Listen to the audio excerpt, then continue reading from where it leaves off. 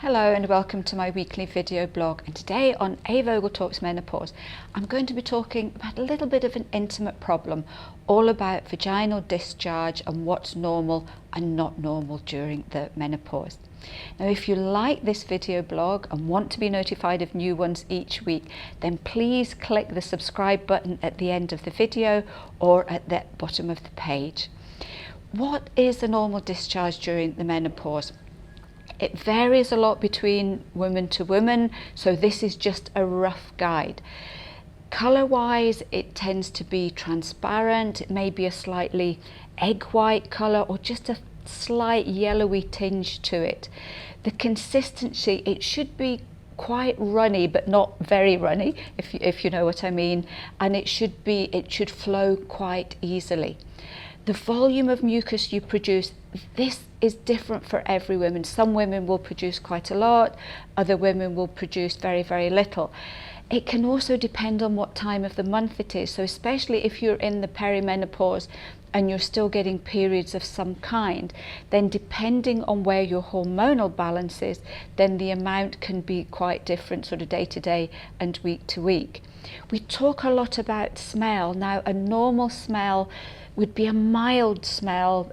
I mean, most of us are used to our own smells anyway, so you wouldn't really notice any difference, but it would not be an unpleasant smell. Now, what is not normal? If we're looking at colour, then we're looking at maybe a mucus that's tinged with green or grey or a very yellowy thick colour or even a browny colour. The consistency does tend to change, so it would be maybe sort of sticky, it may be very thick. You might find that it sticks to your underwear a lot more than the normal mucus too. Volume wise, it normally tends to be continual, so you would end up producing a lot of mucus sort of consistently rather than different at different times of the month. The smell would tend to be very different too, and I know, you know, women talk about a sort of fishy smell. It could be a metallic smell. It would be a strong smell and probably quite unpleasant even to ourselves. And another way of telling is sometimes women will say that if something not quite right is going on mucus wise, that they can smell it themselves even when they've got their clothes on, and that can sometimes be a little bit of a clue that something isn't quite right. Now mucus changing in the menopause is normal, so you may find things change compared to what they were whilst you were in even the perimenopause or the menopause itself. The things that can affect it, first of all, definitely the hormonal changes. Your estrogen can trigger the cervix to produce this vaginal mucus.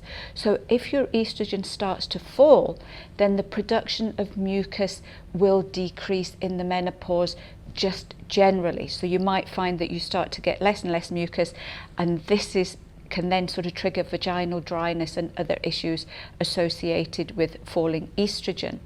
The other thing that can happen here is that the pH or the acidity of the mucus can change, and that will affect the friendly bacteria in your vagina.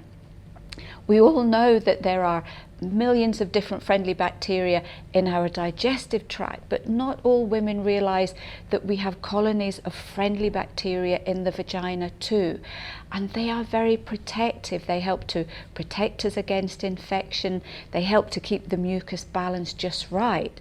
So if the amount of mucus in the vagina deteriorates or reduces, then that can affect our friendly bacteria, and that can result in a change of smell and consistency as well. It can also be, some medications can do it. Antibiotics are a really classic example that can change the vagina, and you know, we've all heard stories of women ending up with vaginal thrush because they've had a course of antibiotics as well. It can be poor hygiene. Unfortunately, that's something that can affect the mucus. It can be man-made materials that we use in our underwear that can affect the flow of air, and that in itself can affect the mucus too. And thongs are particularly bad for this, and I have already posted a blog about the pitfalls of wearing thongs, so if you're interested in that, please do click onto that afterwards. It can be sexual activity as well, is another thing that can do it, and especially in the perimenopause, if your periods are becoming very irregular, so you're getting bleeding at the wrong time of the month, if you're getting prolonged bleeding, and even if you're spotting in between the periods. So all of these things can change the smell, the colour and the consistency of our vaginal mucus as we go through the perimenopause and the menopause. Are you likely to have problems with vaginal mucus after the menopause? Yes, it can happen. Maybe not so much. Our bodies very often have balanced a lot more at that point, and a lot of women find that they will have vaginal mucus, but it will be the same all the time, and maybe not quite as much as what they were producing before and during the menopause. What can you do about this? If you are worried at all, if any of the not normal symptoms are appearing and you're not quite sure what to do, especially if they're going on for a long time, especially if they're associated with itching or burning or inflammation or redness of the whole vagina area, then it's very important to go and see the doctor. It could be something as simple as thrush, it could be another kind of vaginal infection or irritation that can be easily sorted. So don't suffer with anything like this. Please do get it checked out. A great remedy is a vaginal probiotic.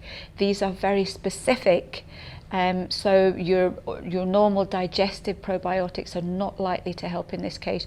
You need one that's tailor-made for the vagina as well. Also, look at your underwear, make sure you're wearing cotton underwear, make sure you're getting plenty of air around that area. I know this can be a big problem during the winter, especially in the UK. If we've got our pants on, we've got tights on, if we've got jumpers on, then this area ends up being starved of oxygen, and that can be a contributory factor as well.